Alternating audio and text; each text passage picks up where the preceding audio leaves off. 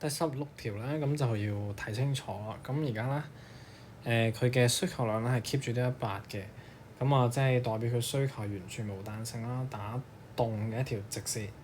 咁 S 正常啦，OK。咁啊，你見到佢有個重量補貼嘅，咁應該向下移啦，跟住即係增加咗供應嘅。咁啊，你首先揾翻佢原本嘅均衡啦，咁畫翻係100咁樣。咁呢幅圖都係輔助你，你唔畫圖都得嘅其實。咁我畫咗圖，你更加可以直觀去了解一樣嘢，就係咧總收入係咪不變咧？其實係啊，因為點解咧？佢下降咗10蚊噶嘛，係咪個軍人價格？OK，下降咗10蚊嘅話，咁佢又係10蚊嘅重量津貼喎。咁即係代表其實你包埋津貼在內咧，佢總收入係冇變過啊。OK，咁啊呢度自己睇翻啦。OK，咁啊即係交易量乘翻價錢啦。咁啊總收入係冇變過。